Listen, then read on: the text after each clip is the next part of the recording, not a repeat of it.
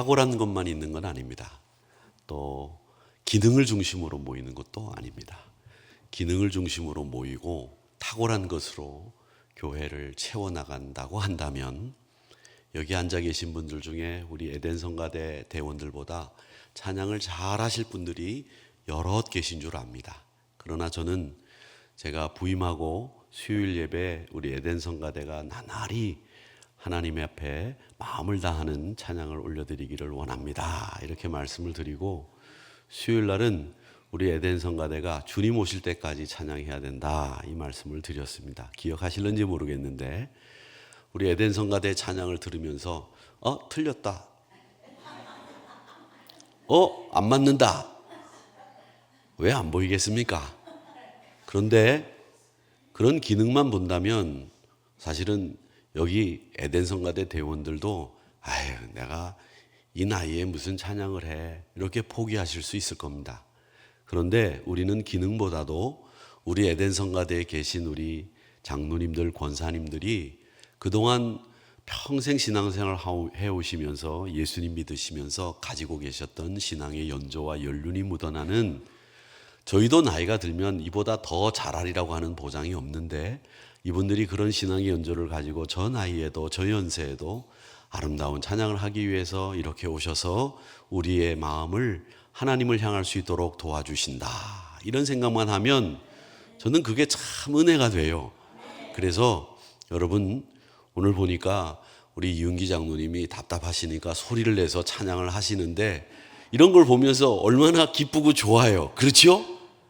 안 좋으십니까? 저는 굉장히 좋았어요. 그래서 우리 에덴 성가대 참 여러 모양으로 저희들에게 은혜를 끼치시는구나 생각을 하면서 제가 설교서두에 괜히 말을 길게 했습니다. 죄송합니다마는 굉장히 은혜로운 찬양 감사합니다. 고맙습니다. 우리 박수 한번 합시다.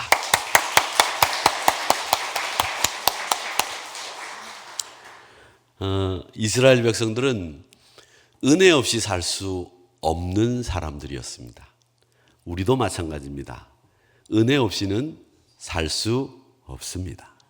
하나님의 은혜가 있어야 살 수 있는 사람들이 바로 우리들입니다. 왜 은혜 없이 살 수 없느냐?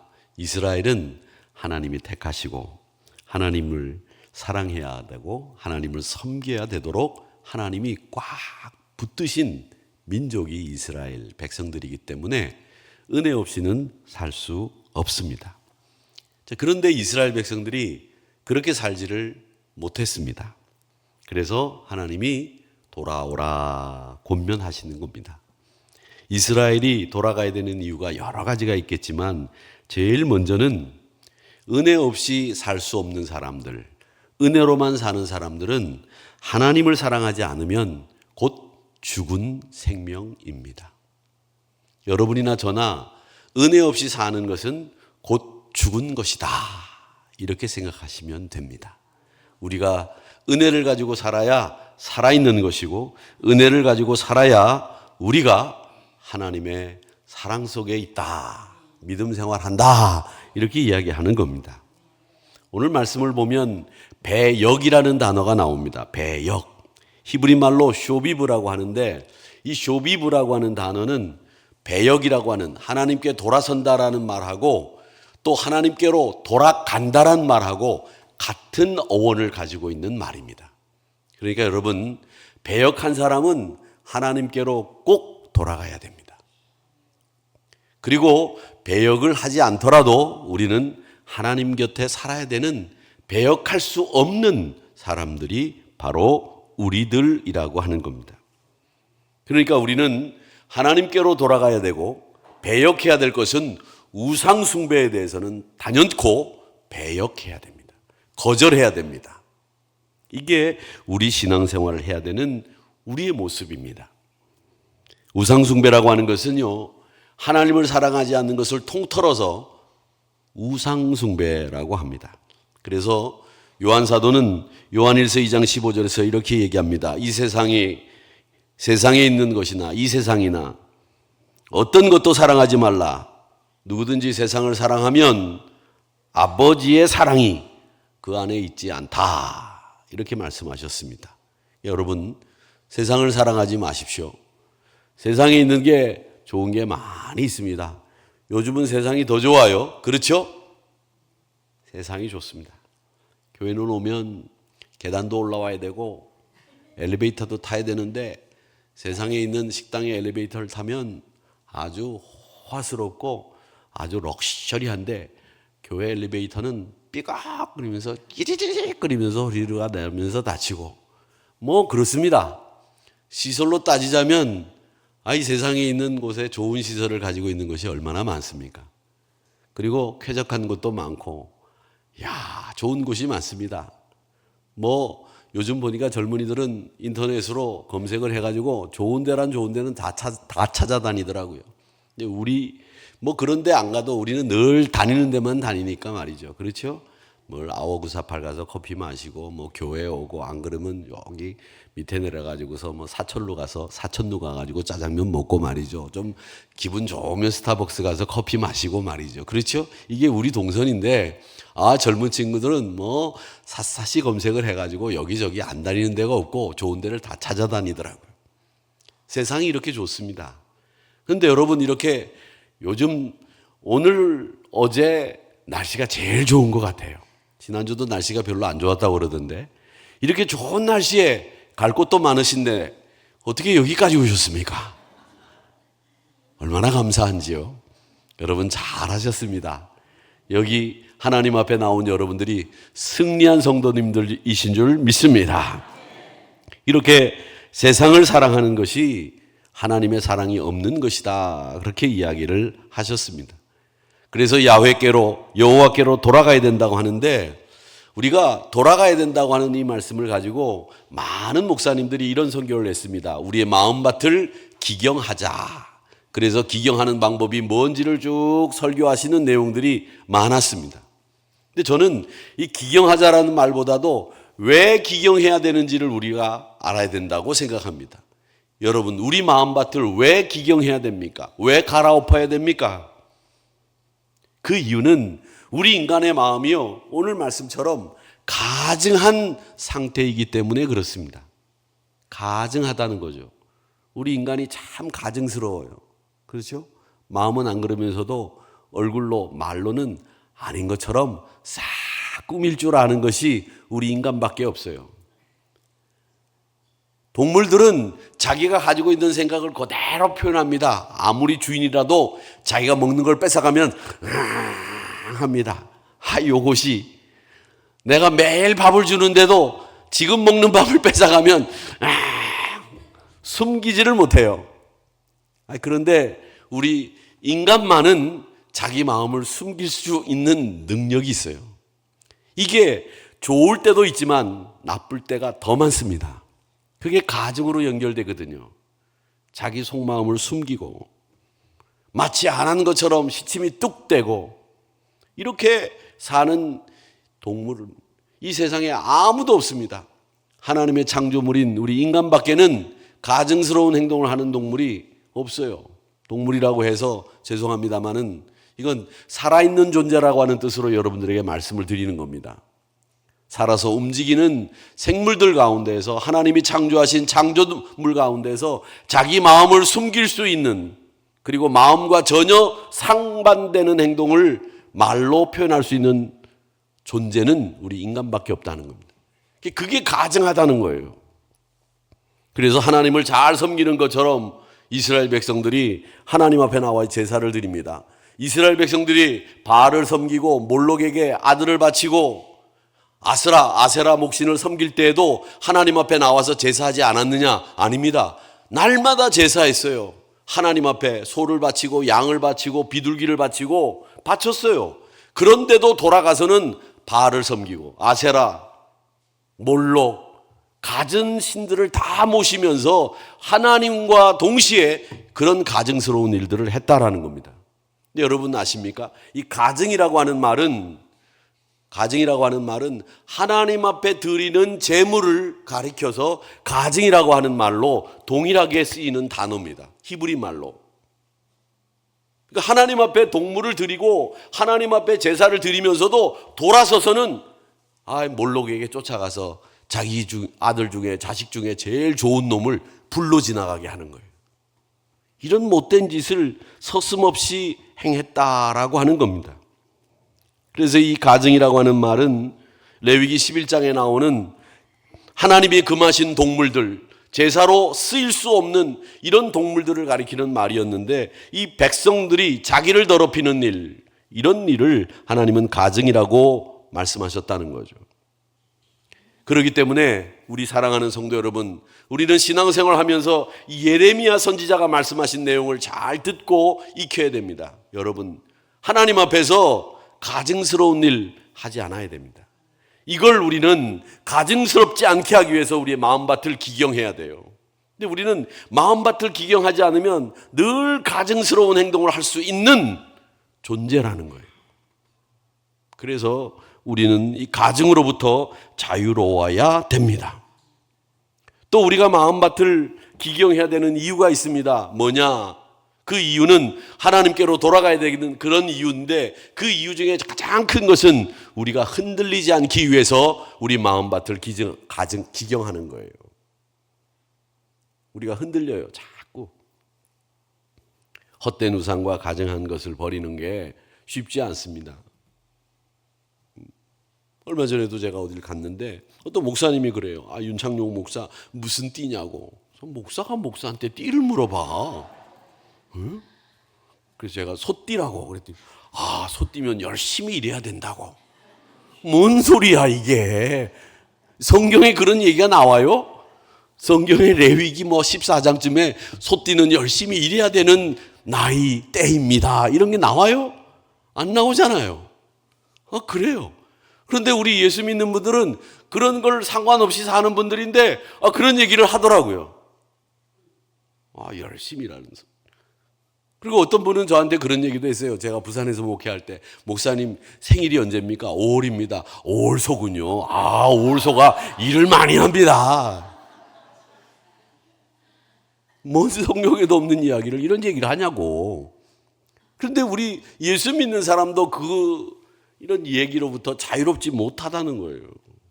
우리 한국 분들 중에서 여자 띠 중에서 제일 안 닿았으면 좋은 띠 있잖아요. 제가 말씀 안 드려도 잘 아실 텐데.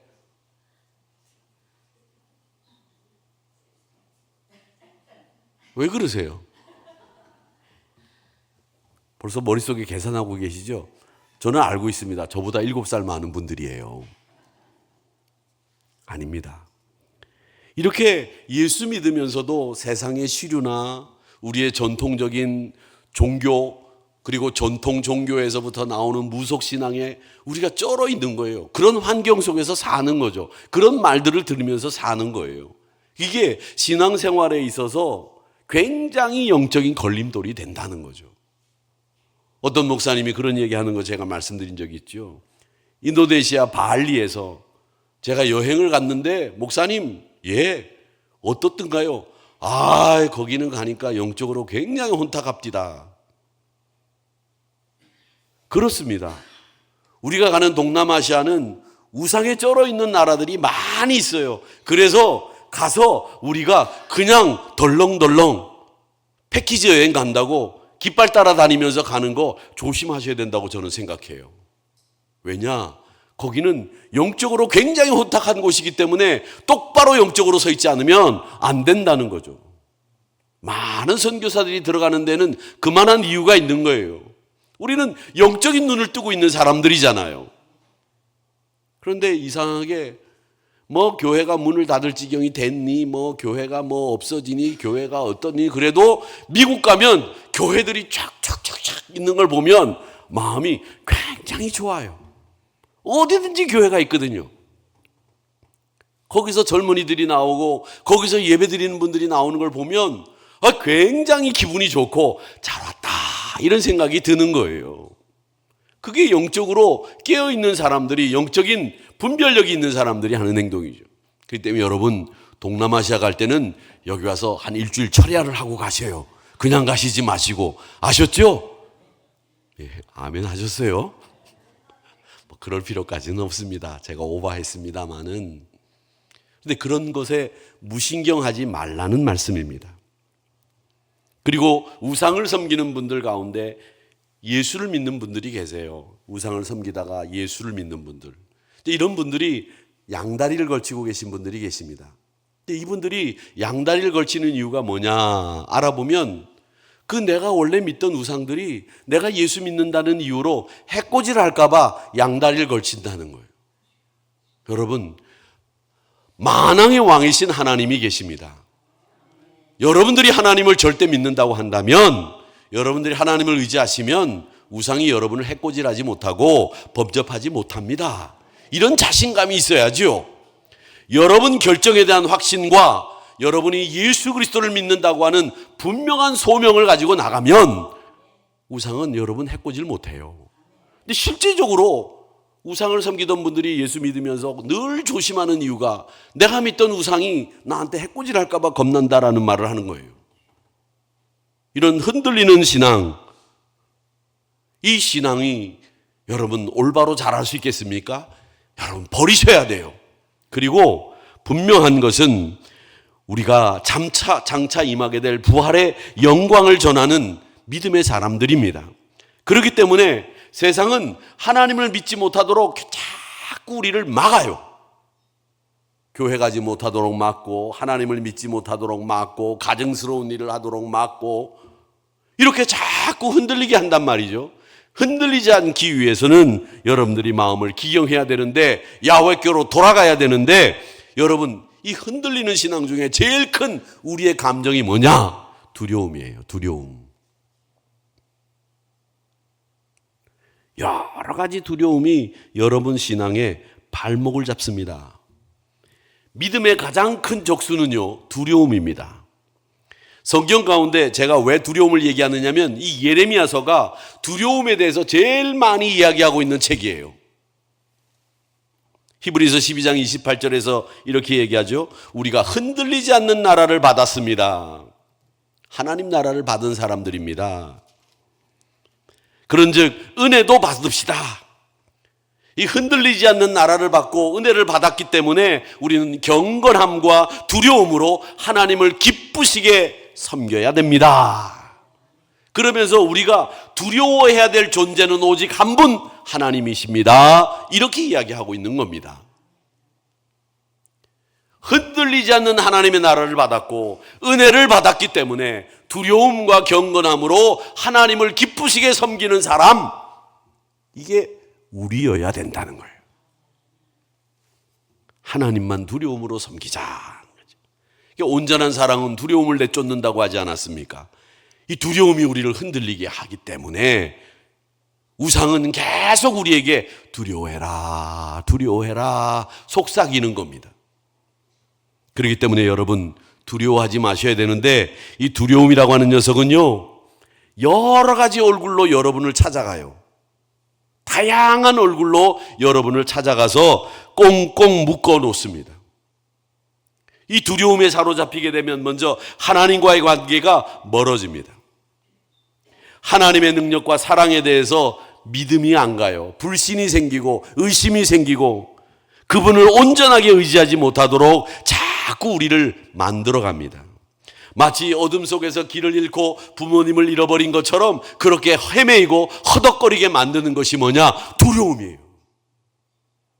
내가 병으로 죽으면 어떡할까? 내가 망해가지고 일전 한 분 없어서 내가 굶으면 어떡할까? 내가 이러다가 큰일 나지. 여러 가지 두려움들이 우리 안에 생기는 거예요. 여러분 두려움을 내어 쫓는 믿음의 확신에 찬 여러분들이 되시기를 바랍니다. 이 두려움은 기도도 안 나오게 합니다. 간구 대신에 걱정과 염려에 사로잡히게 만들고요. 두려움이 있기 때문에 어떤 사람과 만나는 것도 힘들어져요. 그 두려움이 병이 되는 거예요. 그래서 자기를 꽁꽁 방 안에 가두고 불도 끄고 안 나오는 거예요. 그게 제일 큰 이유가 뭐냐? 두려움이라는 거예요. 두려움. 이 두려움이 생기면 말이죠, 정말 감당이 안 돼요. 내 마음이 두려움을 향해서 가는 거죠. 제가 이 두려움 중에 제일 큰 두려움을, 여러 두려움을 저도 경험해 봤습니다만은, 제가 그 수술을 받았잖아요. 10년 전에 수술을 받고 그 MRI실에 들어가서 30분 동안 꼼짝 안 하고 들어가서 있어야 돼요. 그 MRI를 찍는 동안에. 그런데 그 통이 좁아요. 근데 사실은 이렇게 들어가 가지고 답답하면 스위치 누르면 그냥 바로 빼줘요. 그리고 다시 찍으면 돼요. 그런데 그 통 속에 요 앞이 요만큼밖에 안 보이는데 그 통 속에 들어가서 가만히 있으려면 숨이 안 쉬어져요. 근데 그 별거 아니거든요. 바깥에 사람들 다 있고 다 쳐다보고 있는데 그 두려움이 엄습하면 못 견딜 것 같아요. 5분도. 이런 게 사람에게 닥쳐오면 공황이 오는구나. 힘들어지는구나. 제가 그걸 거기서 이해했어요. 무슨 두려움이 있느냐고 제가 큰 소리 치던 사람이 그 안에 들어가서 30분 동안 있어 보니까 그렇더라고요. 그래서 은근히 그런 것을 2년에 한 번씩 찍어야 되는 저로서는 들어갈 때마다 약간 겁이 날 때가 있어요. 또 그런 두려움이 없습해 올까. 그런데 그런 형태가 아니더라도 사람들에게는 이런 두려움들이 다 있다는 거예요. 그걸 장애라고 합니다. 공황장애다 이렇게 부르기도 하고 이러는데 여러분 이런 것들이 믿음으로 극복될 수 있느냐? 안 될 때도 있단 말이죠. 그럴 때 여러분 신앙을 먼저 점검해 보세요. 내가 하나님을 확실히 믿느냐, 의지하느냐, 생명을 주신 하나님 나라를 유업으로 받은 자냐, 흔들리지 않는 나라를 받은 자로 은혜로 살고 있는 자냐 확인해 보세요.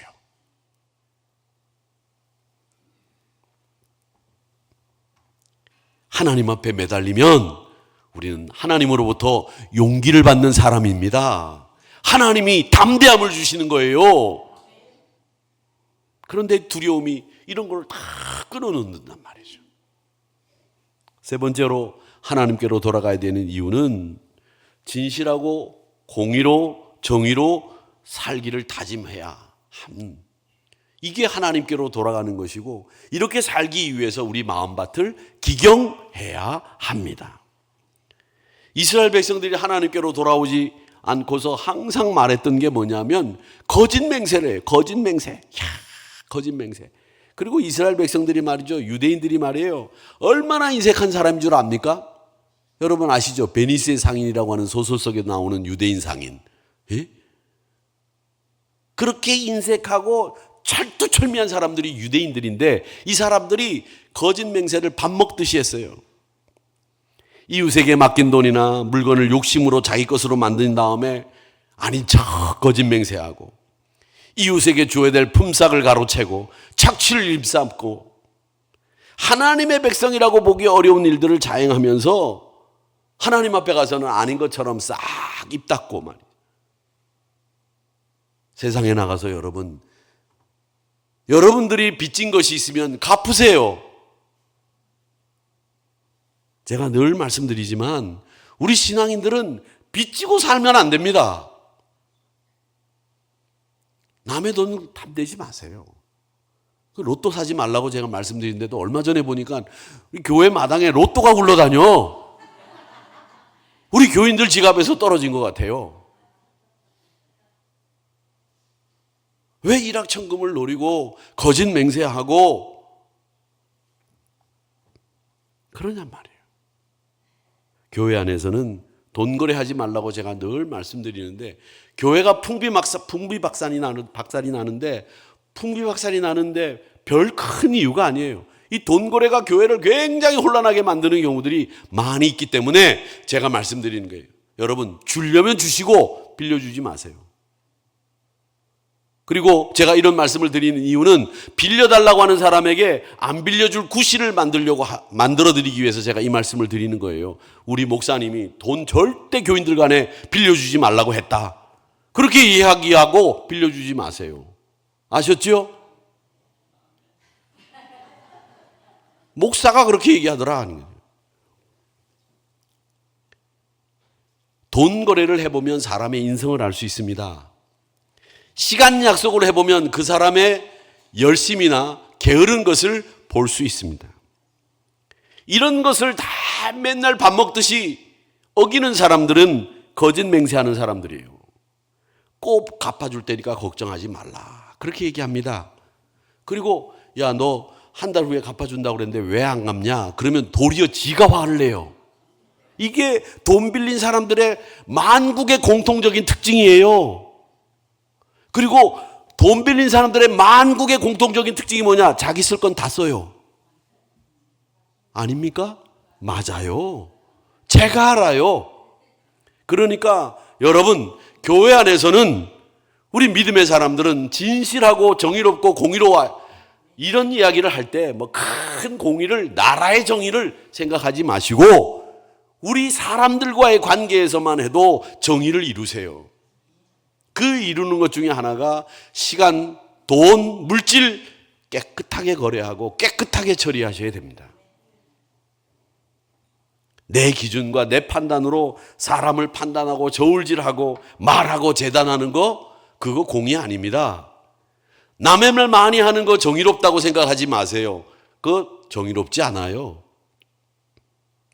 남의 말 하는 중에 정의가 있습니까? 없다고 봅니다, 저는. 그 사람이 아무리 잘못했다고 하더라도 하나님의 정의는 그 사람이 잘못하면 우리는 하나님의 정의를 가지고 있는 사람이라면 그분을 위해서 기도하는 것이 정의입니다.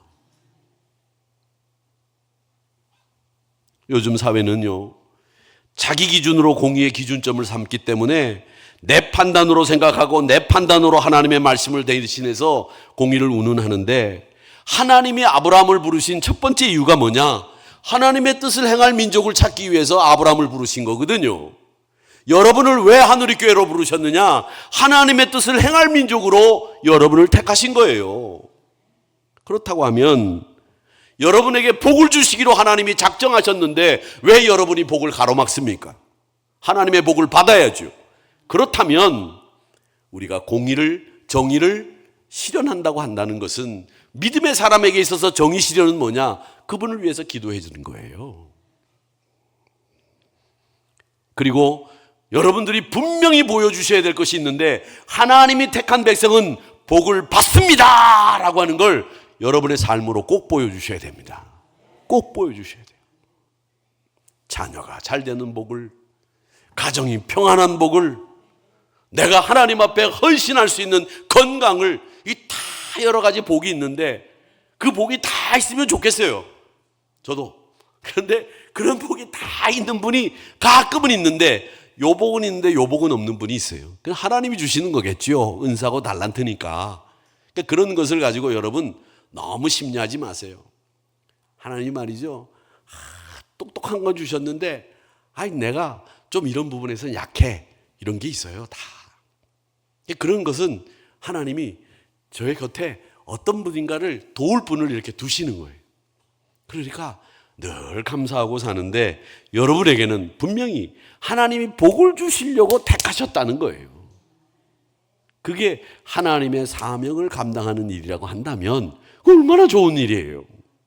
그걸 가로막지 마시고 복받는, 흔들리지 않는 나라와 은혜를 받았은즉 기쁨과 두려움으로 하나님을 섬겨라. 경건과 두려움으로 하나님을 섬기라고 하는 요한 사도의 말씀을 꼭 기억하시면서 승리하시는 저와 여러분이 되시기를 주님의 이름으로 축복합니다. 자, 그러면 이 기영, 묵은 땅을 간다는 것은 도대체 이스라엘 백성들의 심령이 어떤 상태라는 거냐?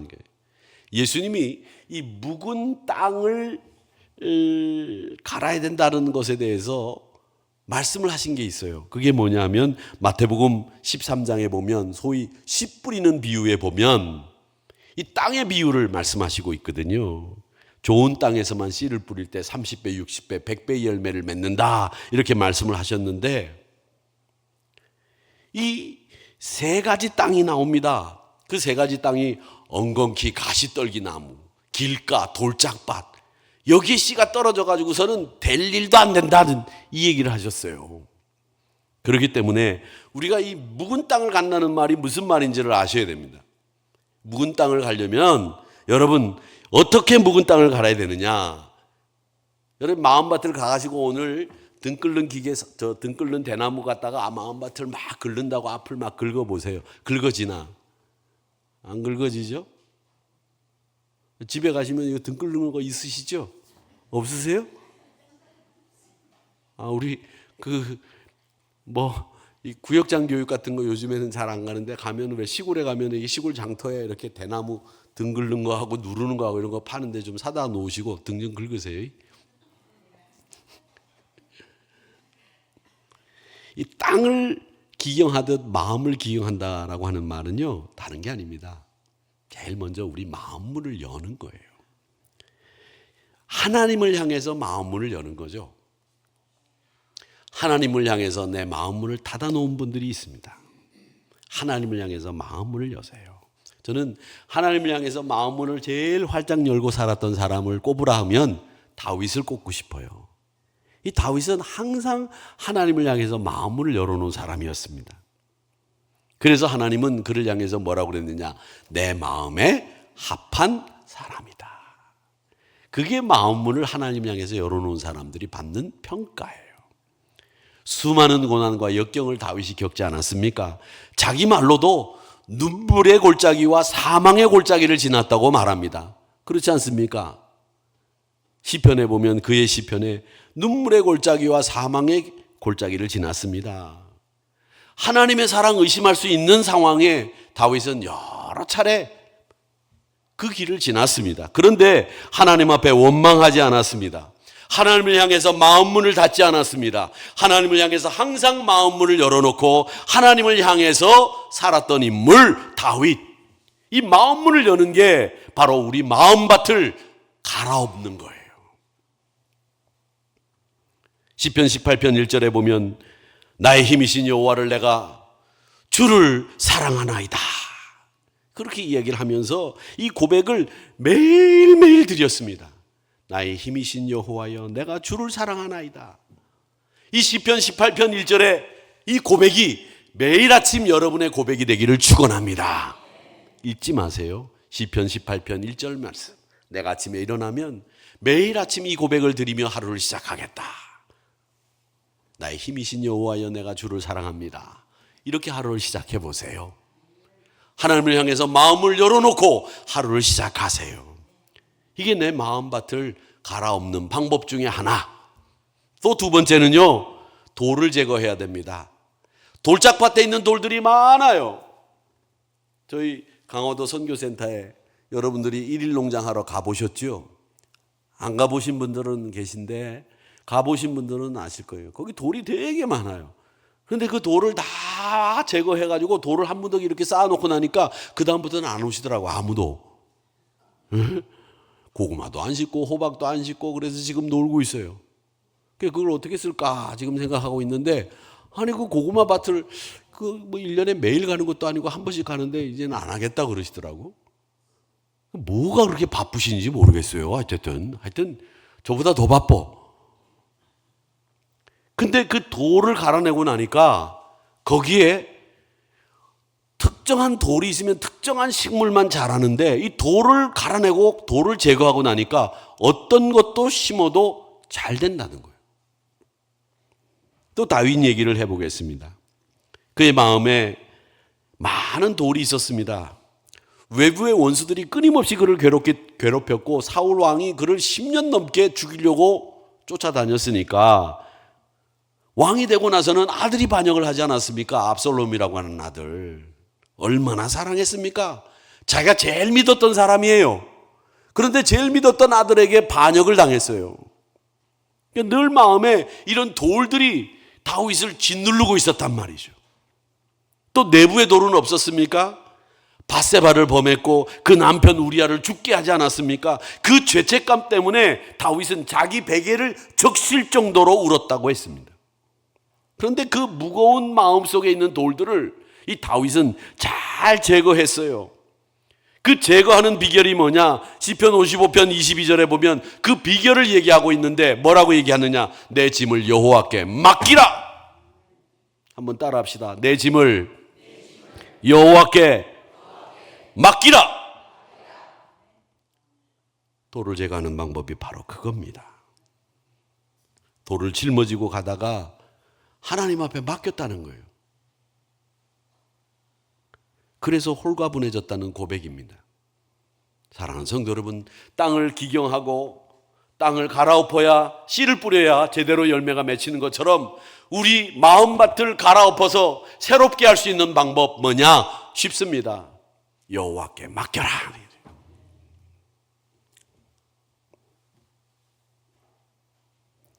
마지막으로 하나 더 말씀드릴 것은 우리가 이 마음밭을 기경하기 위해서는 가시를 처리해야 됩니다. 가시. 이 가시 뒤에는요, 마음의 돌은 내가 저지른 일 때문에 생기기도 하는데 이 가시는요, 그 배후에 뭐가 있느냐? 사탄이 있어요. 사탄이. 이 가시 뒤에 사탄이 늘 우리를 찌르는 거예요. 그래서 믿음을 흔들리게 하고 또 염려라고 하는 가시로 우리를 찔러서 넘어지게 하고 유혹이라고 하는 가시로 우리를 믿음에서 떠나게 합니다. 가시 뒤에는 여러분 사탄이 있다는 걸 잊지 마셔야 됩니다. 여러분을 찌르는 그 가시에는 사탄의 농락이 있어요. 에베소서 6장 17절의 말씀에 보면 구원의 투구와 성령의 검 곧 하나님의 말씀을 가지라고 했습니다. 성령의 검, 하나님의 말씀을 가지셔야 됩니다. 말씀으로 물리치라는 거죠. 우리가 하나님 말씀 가운데 굳건히 서면 염려라고 하는 가시, 유혹이라고 하는 가시를 어렵지 않게 물리칠 수 있습니다. 하나님 말씀 가운데 쓰셔서 이 가시를 잘 처리하셔야 여러분의 마음밭이 잘 기경돼요. 갈아엎을 수 있다는 거죠. 오늘 이 가시들을 잘 처리하시는 우리 한누리 성도님들이 되시기를 바랍니다.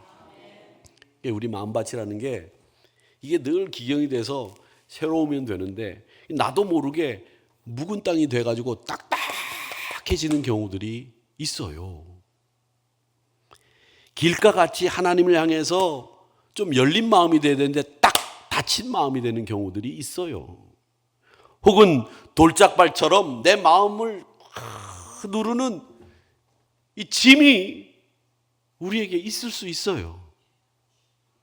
또 가시떨기 땅처럼 계속 우리를 찌르는 것들이 있을 수 있습니다. 그럴 때 묵은 땅은 갈아야 됩니다. 마음을 새롭게 해야 됩니다. 좋은 땅이 되게 해야 됩니다. 그래서 풍성한 열매를 맺어야 되겠으니 찌르는 가시가 있으면 성령의 검 말씀을 가지시고 무거운 짐처럼 내 마음을 누르는 돌이 있다면 하나님 앞에 맡기시고 좀 제발 맡기세요. 오늘 가실 때 여기다 다 내려놓고 가세요. 아셨죠? 뭐 지갑도 내려놓어도 좋습니다. 다 내려놓고 가세요. 뭐 핸드백, 뭐 무거운 짐, 돌 다 내려놓고 가세요. 제가 다 정리해 드릴게요. 오늘 맛있는 거 먹읍시다, 우리 부목사님들.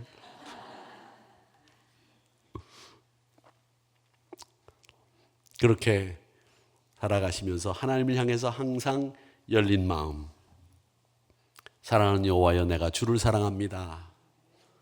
그렇게 고백하면서 주를 향해 마음 문을 열고 내 마음에 있는 짐, 돌짝들 다 하나님께서 물리쳐 주시고 제거해 주실 줄로 믿습니다.